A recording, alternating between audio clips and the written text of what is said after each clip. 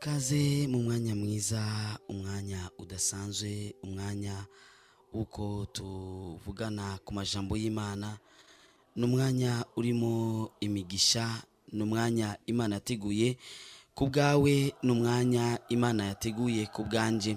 Ni vyiza rero ko uba hafi cyane ya radio yawe kugira ngo ushobore gutahura neza ico amajambo y'Imana agiye kuvuga muri iki gitondo. Tugira tuvugane ku ijambo rivuga riti ube umwizigirwa kugeza ku munota wa nyuma. Ube umwizigirwa kugeza ku munota wa nyuma. Urashobora kuba umwizigirwa kugeza ku munota kumbure iminota 5 isigaye ya nyuma, ariko rero ngomba ko uba umwizigirwa kugeza ku munota wa nyuma.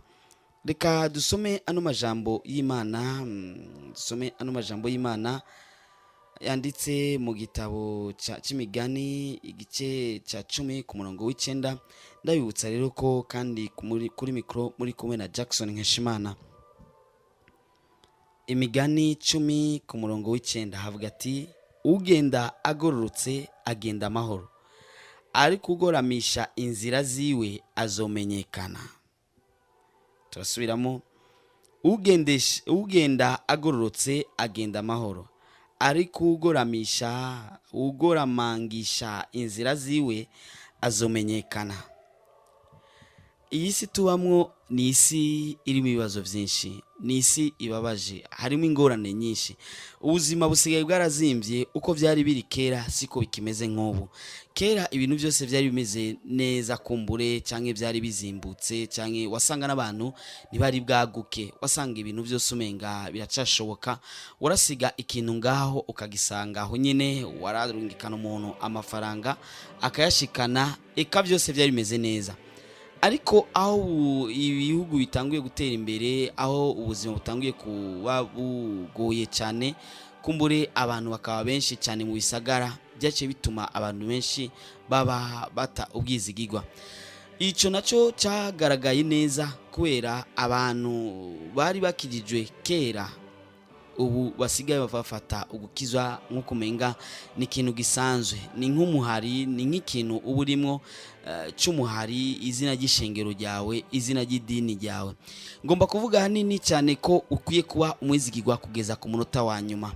Umwizigirwa mu gihe uwundi amubona no mu gihe uwundi atamubona, mu gihe abantu bakubona no mu gihe abantu batakubona. Ni kenshi dukora ivyiza ari uko ubonye wa muntu ugomba kugirira neza. Ni kenshi ugira ivyiza maze ukabwira na wa wundi wagiriye neza ko wamugiriye neza kugira ngo kumbure ahava na gushimira. Ni kenshi ugira neza ukagirira neza ba bantu uzi ko kumbure mu nyuma bazo kugirira neza, ariko ngoma nkubwire ko ukwiye kuba umwizigirwa kugeza ku munota wa nyuma. Natanze akarorero nti urashaka kuba ugiye muri bus, ukaburishe amafaranga avana, ukaba worishe amafaranga angana naho ubugiye, bivana naho uvuye naho ugiye. Ariko uri muri bus wa undi arisha amahera ugasanga yibagiye kukurisha amahera. N'abantu benshi kandi asenga neza, umuntu agenda na Bibiliya neza, bimeze neza, eka ntawo mucisha mu ijisho, wa mukonvoyere yibagiye kukurisha amahera, ni kenshi utayamuriha, uca wivira ngaho kigira. Atari uko wa wibagiye, ariko kumbure ukavuga ati aya mahera reka ndabike ndaza kuyakoresha. Kandi ayo mahera ubitse, urazi neza kubitsa amafaranga atari yawe, ukaja kuyashira mu vyawe. Nico gituma rimwe na rimwe kenshi usanga abantu hari ibintu bimwe bitagenda, bidatera imbere. Suko umuntu wese afise bitateye imbere ko yoba yashizemo ubusuma, ariko no kutaba abizigirwa rimwe na rimwe birashika bigatuma ivyawe bitagenda neza. Ni kenshi mu buzima bwawe wagiye usanga uryama ku buriri kumbure utaciye mu mategeko, no kuvuga ugasanga igitanda wakiguze amafaranga wategeza kwigurako, wamubwiye wa wundi ko umuhaye inusu yandi zo yamuha itariki zinaka, za tariki zararenze, ariko igitanda uracagifise. Ni kenshi kumbure inzu ubamwo usanga ntiwabaye umwizigirwa. Urasenga kwa Mungu, urasenga mbere iyo nzu nanayisengeramwo, ukanavugishwa, anashaka mugabo amabati wayaronse mu busuma canke intebe wazironse mu busuma ntiwigeze uba umwizigirwa, ariko ngomba ko uba umwizigirwa kugeza ku munota wa nyuma. Naho uba waraye inzara sico cotuma utaba umwizigirwa, naho uba wabuze impuzu sico cotuma utaba umwizigirwa, naho uba wabuze akazi sico cotuma utaba umwizigirwa. Naho vyoba bimeze gute, ni kenshi abana b'abantu babura ubwizigirwa, kandi ivyo navyo bigatuma Imana ahira ivuga ati ya wa muntu narinzi ko ari umwizigirwa imbere yanje vyabaye nkuko. Umusore umwe ndamuzi, hari hageze ko araresha yarageze ko yubaka ugwiwe, maze afatirwa n'ibikorwa, maze arungika mu vyarawe aseruke ku munsi wa dote, munsi w'urubanza rwo gukwa. Avuga ati wowe abari uzoseruka hajya ahantu ko jewe nafatiriwe cyane. Murazi ko mu gisagara ubuzima bugoye, usanga umuntu ashobora gufatirwa cyane, ugasanga uwo munsi niwe ku kazi vyategezwa kugenda ukuba mwimye konje canke ugasanga nibindi. Maze arungika mu vyarawe araseruka, abajana n'abavyeyi, niwe yicaye kuri ya ntebe y'umukwe, kuko ntibategezwa gusiga intebe igaragara. Wa musore ntabwo yigeze abo umwizigirwa. Ku munota wa nyuma hajya dote iheze, bariko baraganira, wa musore acabwira wa mwigeme ati naho muvyaranje ari we mari mukundanye, ati ariko nanje undabana ubona ko noba ndusha wa muvyaranje naka. Abigeme rero rimwe na rimwe birabasoba, kenshi usanga rimwe na rimwe baraba uburyo kurusha umuntu, maze uwo musore we yarafise uburyo bwinshi kurusha nyene gukwa. Maze mwigeme amaze kuraba uburyo bw'uwo musore acavuga ati nta kundi, reka nta kundi. None wa musore avuga ati none dote si nyene, ubibaza ko hari ibindi bisigaye? Dote ni nyene, abavyeyi barayitanze, n'abavyeyi bacu twese, kandi mwabonye ko n'amafoto nije ndi kwifoto, ujya mu vyaranje naco ntazoharira. Wa musore atwara umufiance wundi uko. Nube umwizigirwa mbere no ku munota wa nyuma, ntacyatugerageje kiruta uko tocihanganira. Ubu ndazi ko ufise ibibazo cyane bivanye n'ikintu kumbure wagomba kunyuruza. Ufise ikibazo kinini cyane kumbure ku muntu wagomba kugirira nabi. Ufise ikibazo kinini cyane ku muntu wagomba udendereze. Ufise ikibazo kinini cyane ingene wategezwa kuja kuba icyabona cy'ububeshi, ukemeza icyo utigeze ubona, nk'aba bantu bagiye kwemeza Naboti ko yatutse umwami n'Imana, babaga ubimbura kimazi. Ugira uwe ute ubwizigirwa ku munota wa nyuma. Hariho byinshi wakoze vyiza, mugabo ne warangiza nabi vya bindi wagize nabi, Imana iharura iherezo ry'ikintu, ntiharura intango y'ikintu.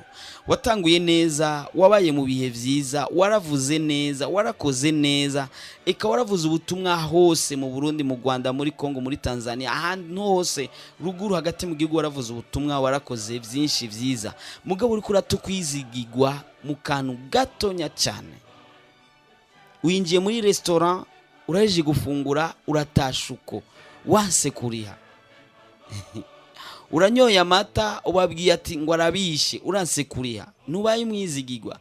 Nubu umwizigirwa no kuri twatuntu duto twatundi abantu basuzugura, twatundi abantu bafata ko ari udusanzwe.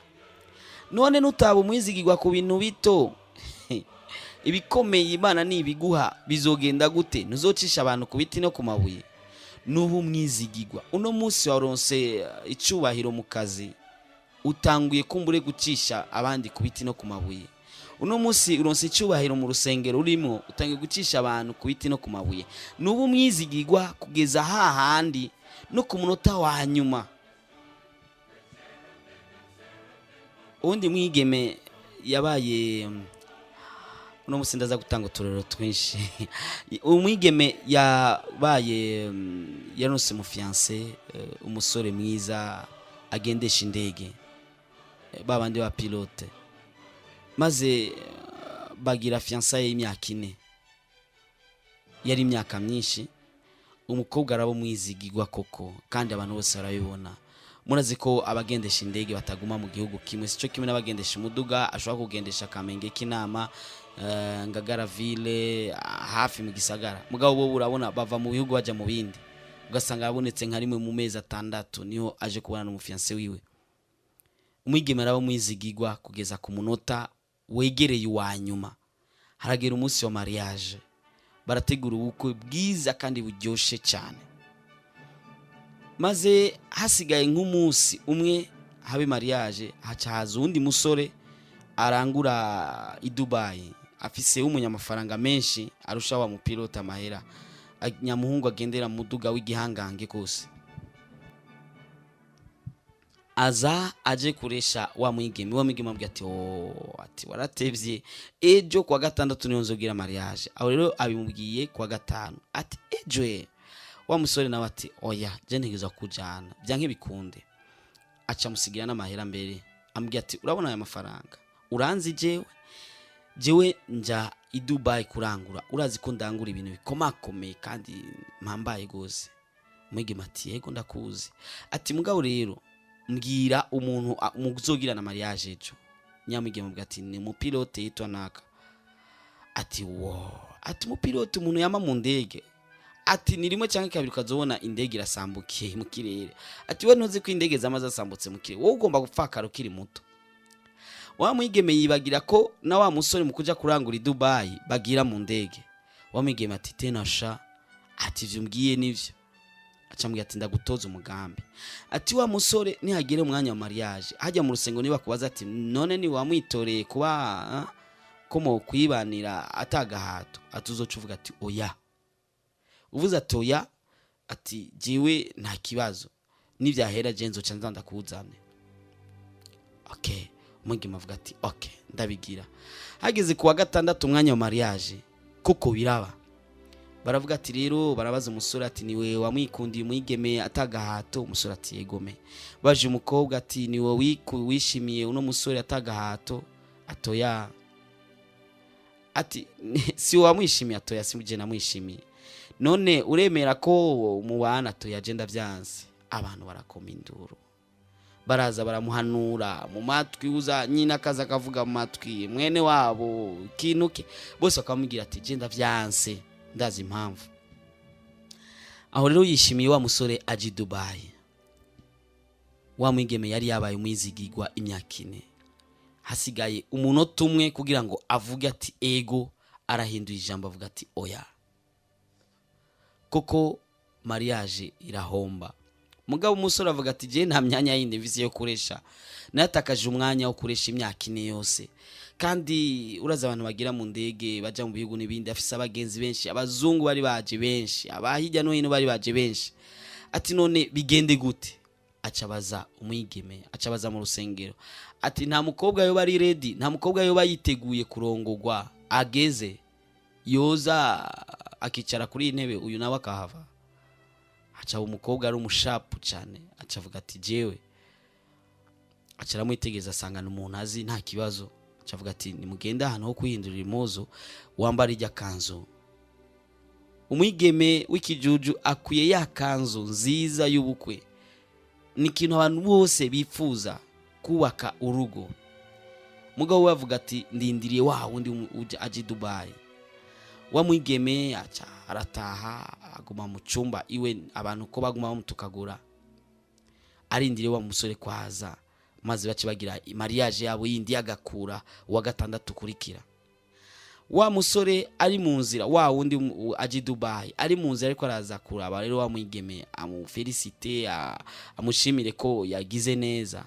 Ahura n'abantu mu nzira bamubwira ati umwigeme kanaka yagize ibintu bitabaho. Ati bakundanye n'umusore imyaka 4, none aramuhemukiye ku munota wa nyuma. Acabwira ba bantu barabagenzi biwe ati niwe jewe ngiye kuwakana nawe, ati nije namubwiye kwagira kuri kugira ngo tubane. Bace baramuhanura bamubwira ati wewe sha, umuntu yahemukiye umuntu bakundanye imyaka 4 amuhemukira ku munota wa nyuma, wewe mukundanye iwo munsi umwe, mbewe baza azo kugira ibimeze gute umuntu ashobora guhemuka ku munota wa nyuma? Wa musore asitena sha, acara biheba. Wa mwigeme asigara mukangaratete. Uwe umwizigirwa kugeza ku munota wa nyuma. Nutaba umwizigirwa, isi nayo nizo kubera umwizigirwa, nayo nyine yashaka guhinduka. mwo mwigeme isi yaciye muhinduka, yaciye asaza atarose n'umujana kubera ubuhemu bwiwe. Ube umwizigirwa kugeza ku munota wa nyuma. Ni kenshi umaze kuburirwa kuri iri jambo, ariko nagomvye n'umunsi ko tuyaga buke buke kandi duhuza. Ube umwizigirwa kugeza ku munota wa nyuma. Urashaka kuba umwizigirwa kugeza ku wa gatandatu saa 5, ukaba umwizigirwa kugeza ku wa gatandatu saa 8, saa 9 nigera ugatubwizigirwa. Ube umwizigirwa, ube umwizigirwa kugeza ku munota wa nyuma. Imigani yo, hari umugani w'imbwa ngo bayihaye ikibazo, ati igiye gukwa bayibwira ati rero wewe uraraba wambaye ikoti ntuwavuja gutora amagufa hariya. Mugabo hariho agakwavu ko kari kazi ko imbwa idashobora kwikawusha, ikifata igufa irishira pembeni, maze imbwa yagumira igufa. Utanga ijambo mu bukwe atebeje, imbwa yacita ubwizigirwa isimbira kuri rya gufa. Ube umwizigirwa. Ntuzi impamvu rino jambo rije uno munsi. Kumbure wari mu bibazo, kumbure wari ugeze ahantu ubona umenga ati je ngomba ngire iki kintu. Mugabo ngira ndakubwiye ni ntute ubwizigirwa. Uri umudamu wubatse, urazi ko watangwe kuba wataye ubwizigirwa mu rugo rwawe, urabizi. Uri mu papa wubatse, urazi neza ko watangiye gutubwizigirwa mu rugo rwawe. Ntute ubwizigirwa, ube umwizigirwa kugeza ku munota wa nyuma. Kenshi abantu batubwizigirwa kumbure abona umenga imbere si heza kubw'ubwoba bw'ubuzima, ariko no kugira ni wizere Imana, wizere uhoraho. Ube umwizigirwa imbere y'Imana kandi uyizigire, kuko yoyo ni nyizigirwa. Izogukorera bya bindi birusha uko uvyiyumvira. Hari byo utegereje imbere y'Imana ukabona ati Imana koko ndazi ko ishobora kongirira ibi, ariko hariho n'ibindi utiyumvira ko bishoboka, ariko izokubwirira neza kurusha uko wabiziga. Dawidi yabaye umwizigirwa ku ntama ziwe. Intama yarayoboye cyangwa aragiye, zari intama byari bikoko. Intama nta buzima nk'ubw'umwana w'umuntu zari zifise, ariko Imana ibona ubwizigirwa. Dawidi yaragwana n'intare, akagwana n'idubu, akagwana n'ibiki, ibyo byose akagwana nabyo kubwo gukingira intama ziwe. Urahabona ati uyu muhungu n'umwizigirwa, no muha kuyobora abantu banje, yobagwako, no kuvuga yogerageza uko ashoboye kose, akagwana n'ico cyose cyoza kumukura mu maboko abantu ndamuhaye kuyobora. Ntugire ubwoba rero bw'ubuzima, nibaza ati ejo nzobaho gute. Niyo mpamvu kurirundaniriza ubutunzi buciye mu busuma, kubwo gutinya ejo, kubwo gutinya ati ejo sindahabona. Mugabo wizigire Imana, umenye ko Imana iri kumwe nawe, ntacu uzobura, ntuzokena. Ati uhoraho niwe mungere wanje sinzokena, amvyagiza mu cancu bwatsi butotaye. Ati andongere hande y'amazi adasuma. Uhoraho niwe mungere wanje sinzokena. Ntugire ubwoba, kuko niwe aremesha n'umutima wawe. Ati aremesha umutima wanje. Ntugire ubwoba. Kenshi ubwoba bw'ubuzima nibwo butuma abantu baja mu bintu. Ubwoba bw'ejo nibwo butuma abantu baja mu bintu, ariko wizigire uhoraho, umenye ko Imana iri kumwe nawe. Ntabwo izoguta. Nurinde utubwoko, nurinde wonona, nurinde ukora ibyo byose wibaza gukora. Wotuma umara umwaka ugirengarenga zisengeye kandi ziciye mu kure, kuruta kumara umwaka ujya inyama ziciye mu nzira itariyo. Ubu mwizigirwa. Uno munsi Imana igomze ko tuvugana kuri aya majambo yo kuba umwizigirwa. Wizigire uhoraho, wizigire uhoraho, ubwoba buzohera. Imana iri kumwe nawe. Kandi niyo mara kuba umwizigirwa, uzoca usaba icyo ugomba cyose, Imana izoguha.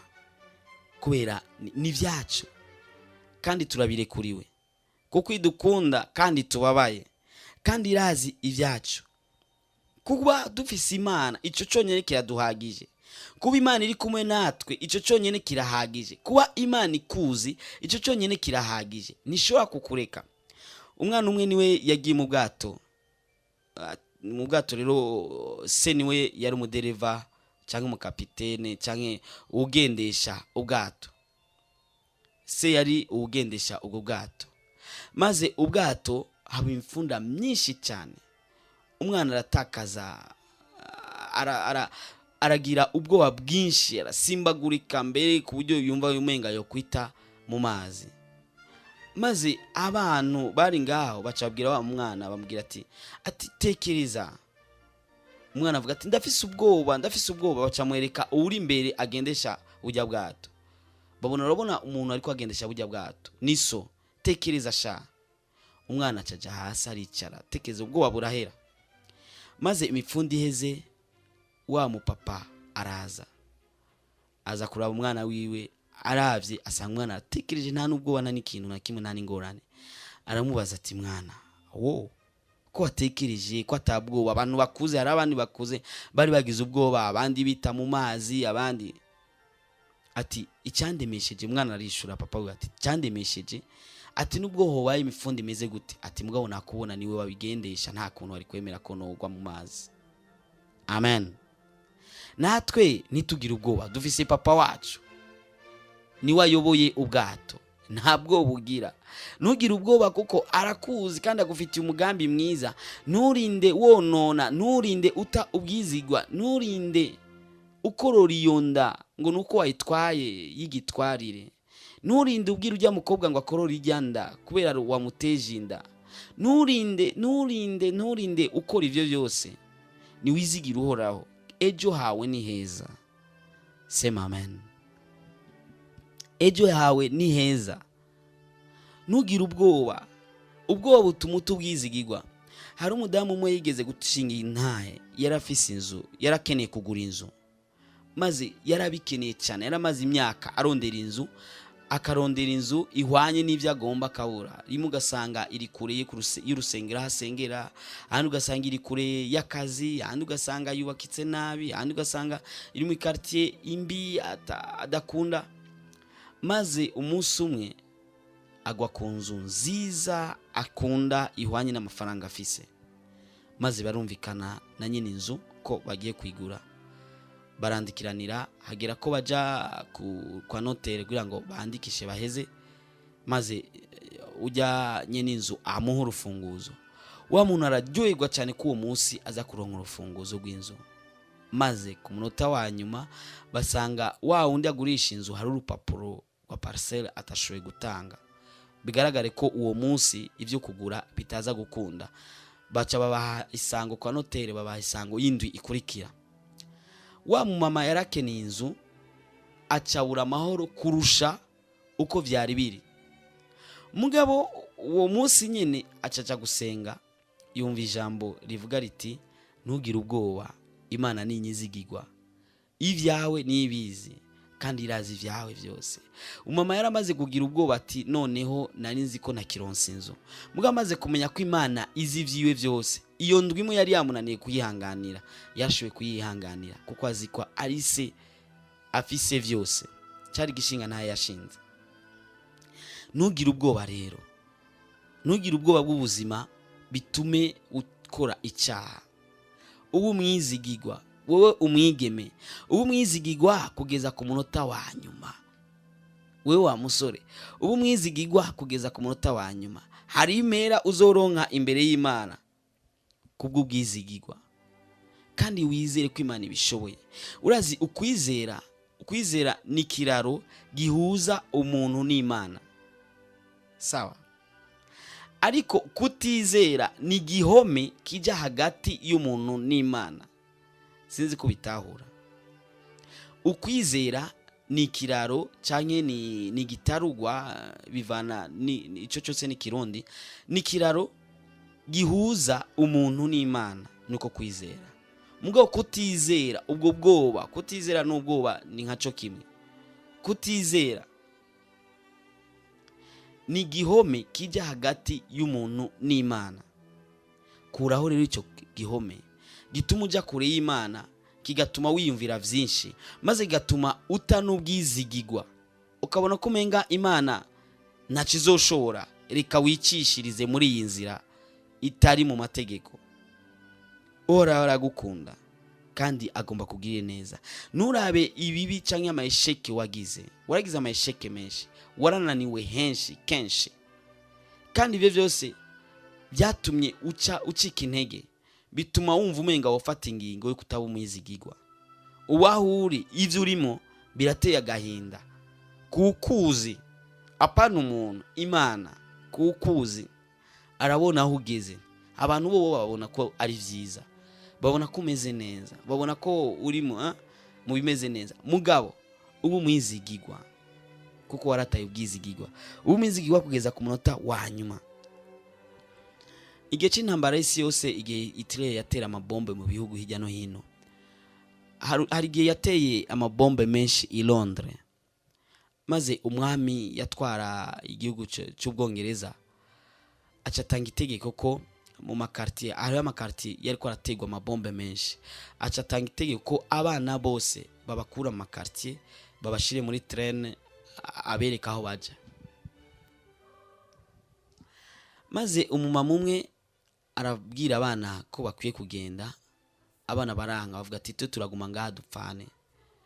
Mugabo umumama arabinginga cyane, baremera. Bari abana babiri, arabajana abashira muri train leta yari yavuze, maze wa mama arasubira inyuma. Muri abo bana umwe acabaza uwundi ati mbega none ko badushize muri train abavyeyi bagasubira inyuma, mbega none turazi iyo tugiye, ubona twoba tugiye? Uwundi acamwishura ati iyo tugiye hose, haba hehe, ati nta kibazo, Kizima ari umwami yabivuze, yari umwami atwara Ubwongereza. Kizima ari umwami yabivuze kandi arazi neza cyane ahatujanye. Nawe Kizima ari Imana yabivuze, irazi neza imbere yawe, imbere hawe ni heza. Ntugire ubwoba, ntiwite ko imyikomo bivanye n'ubuzima bwawe, ntute ko imyikomo naka ati naka umugore wanje niyo yatumye nsubira inyuma mu buzima, umugabo wanje niyo yatumye nsubira inyuma mu buzima. Ubu mwizigirwa kugeza ku munota wa nyuma, maze mu bwizigirwa bwawe usaba Imana ivyawe. Hari ivyo yaguteguriye, mugabo ntubisaba, wibereye huko. Uravyuka mu gatondo saa sita ugafungura, sinzi ku mugoroba ugafungura, ejo mu gatondo kandi ubuzima bukabandanya uko, ukaja ku kazi ugataha, ukaja ku kazi, ukaja ku kazi ugataha, ukaja ku kazi, ukaja gusenga ugataha, ugasenga, no ugasanga ni buzima bwa bundi nyene. Mugabo ntiwigera wiyumvira gusaba ivyawe, iragi ryawe canke amasezerano yawe. Ivyo Imana yagusezeraniye ni vyinshi, naho mutaravugana imbona nkubone, nubwo utarumva ijwi ryiwe, nubwo utarabona vision, nubwo bitaramera uko. Mugabo amajambo y'Imana ndetse muri Bibiliya hari amasezerano menshi, hari n'andi masezerano wabwiwe biciye muri iyi nzira canke iriya. Ntugire ubwoba, bimusabe. Niwicara uko ngo wifate neza, musabe. Sema amen. Saba ivyawe, bifite uburenganzira. Muri Leta Zunze Ubumwe za Amerika niho baje guharura mu 2006, basanga hari miliyaridi z'amadolari zishika kuri 60, miliyaridi 60 z'amadolari ziri muri konte ya leta, amahera beneyo batazi ko ari ayabo, bataje kuyasaba. Niba abandi usanga yarahinduye adresse yahembegwa, niba abandi usanga yanditse adresse yahembegwa usanga yanditse nabi, ni hahandi umuntu amurungikira amahera, mugabo ugasanga yamandikiye adresse nabi, ugasanga amahera amurungikiye ntamushitse ko ashikiye muri banki bakabona amahera abuze nyene, bakacibashira muri konte ya leta. Niba abatama baronse pension mugabo batitayeho kuja gusaba amahera yabo ya pension, ni ibintu byinshi cyane. Ni ya makori atangwa ugasanga yatanze kuri konti itariyo, ivyo nivyo n'ibindi. Hariho benshi cyane batazi ko bafise amafaranga muri ayo makonti. Leta Zunze Ubumwe za Amerika rero baharuye basanga hariho amahera ashika ku miliyaridi 60 z'amadolari, amahera atagira beneyo, babuze beneyo kuko beneyo ntibaje kuyasaba. Yaramenye ko konti bayihinduye, yaramenye ko amafaranga yiwe atashitse aho agenerwa kuja, mugabo abifashe minene bwavuze ati naco nuko ari ubufaranga bukenya birabisha, nta mwanya nigirira. Amakonte aruzuye, ayo mafaranga n'amahera menshi cyane. Igihugu cy'u Burundi cyo yakoresha n'amahera menshi cyane. ariko beneyo baraho kumbure baragowe, kumbura aba mu nzu itagira ibyankenegwa byari bikenewe, kandi byari gukunde yaba yosavye ya mahera yiwe ari muri konte ya leta. Saba ivyawe nawe kandi ubandanye usaza ivyawe bitarashika. We warabaye umwizigigwa n'ivyo, saba ivyawe rero. Warataye ubwizigigwa n'ivyo, ni wihane usaba Imana imbabazi maze usaba ivyawe. Urarekuriwe n'ivyawe si vyundi muntu. Ivyawe ni ivyawe, ntugire ubwoba, Imana iragukunda kandi uyizigire.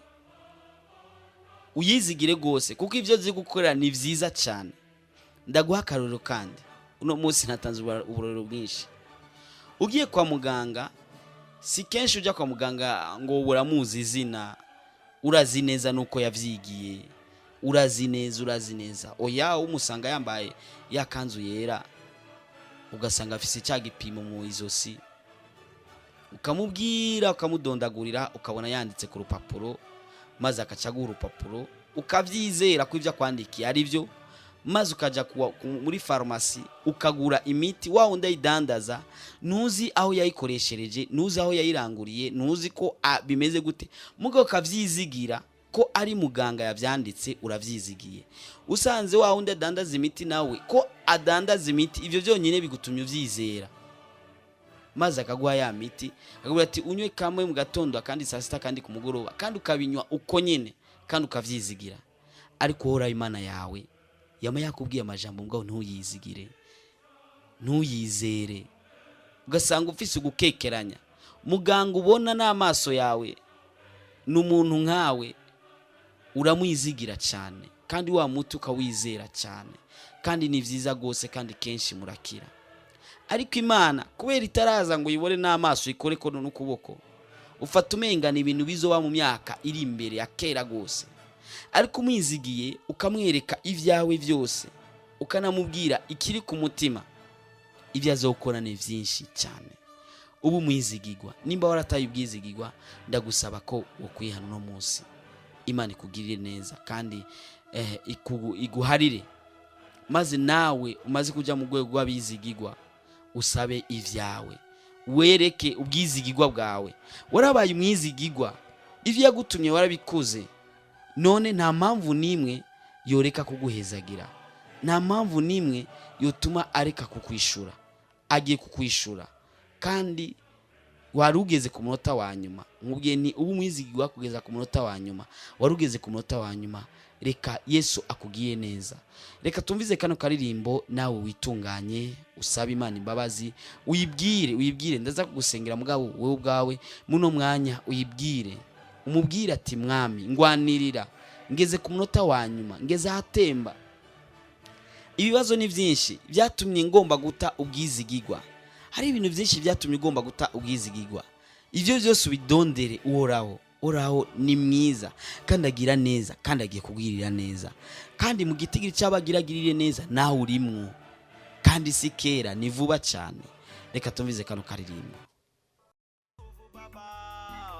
Unishike mkono Yesu, ulinzi wako ukae nami siku za maisha yangu, uniongeze nguvu Baba. Unishike mkono Yesu, ulinzi wako ukae nami siku za maisha yangu. Ukiniacha nitachekwa, ukiniacha utachekwa. Adui zangu wasinisimange kushindwa kwangu, ewe Baba. Ukiniacha nitachekwa, ukiniacha utachekwa. Reka dusengere uwo muntu wese akeneye gutunganya ubugingo bwiwe, ntiyabaye umwizigigwa mu buryo ubucanke buriya.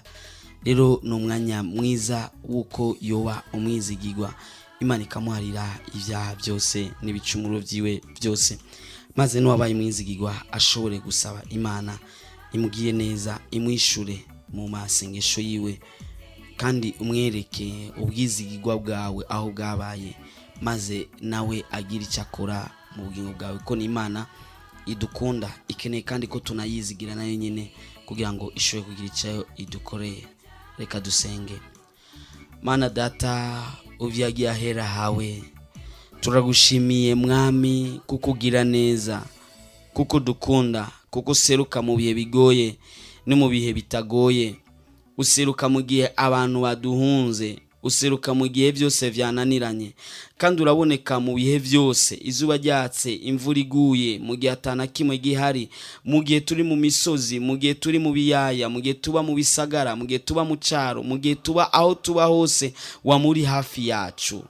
Urabana natwe mu buzi, urabana natwe mu mihana, urabana natwe mu rusengero, urabana natwe mu bikorwa byo mu isoko n'ahandi. Mwami, mu mirima wa muri kumwe natwe. Kristo, turagushimiye ngeno dukunda. Ndakweretse uno mwene data ntiyigeze aba umwizigirwa n'umusi n'umwe. Rimwe yarabaye umwizigirwa, ahandi aratubwizigirwa. Ni kenshi atakoze nk'uko umukoresha we yamubwiye. Ni kenshi yononye akazi kubw'inyungu ziwe. Ni kenshi atakoze nk'uko ijambo ryawe rivuga.